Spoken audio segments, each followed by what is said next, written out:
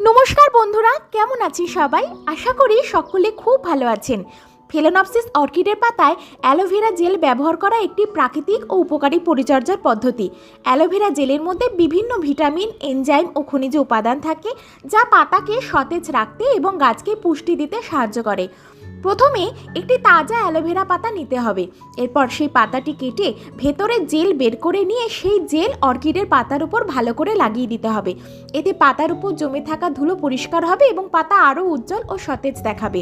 Jail বের করে নেওয়ার পর অ্যালোভেরা পাতাটি একটি মগ ভর্তি জলে ভালো করে ধুয়ে নিতে হবে, যাতে বাকি জেলটুকুও জলের সাথে মিশে যায়।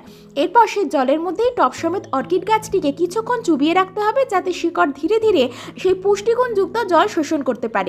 তবে খেয়াল রাখতে হবে যেন পাতার গোড়ায় জেল বা জল জমে না থাকে।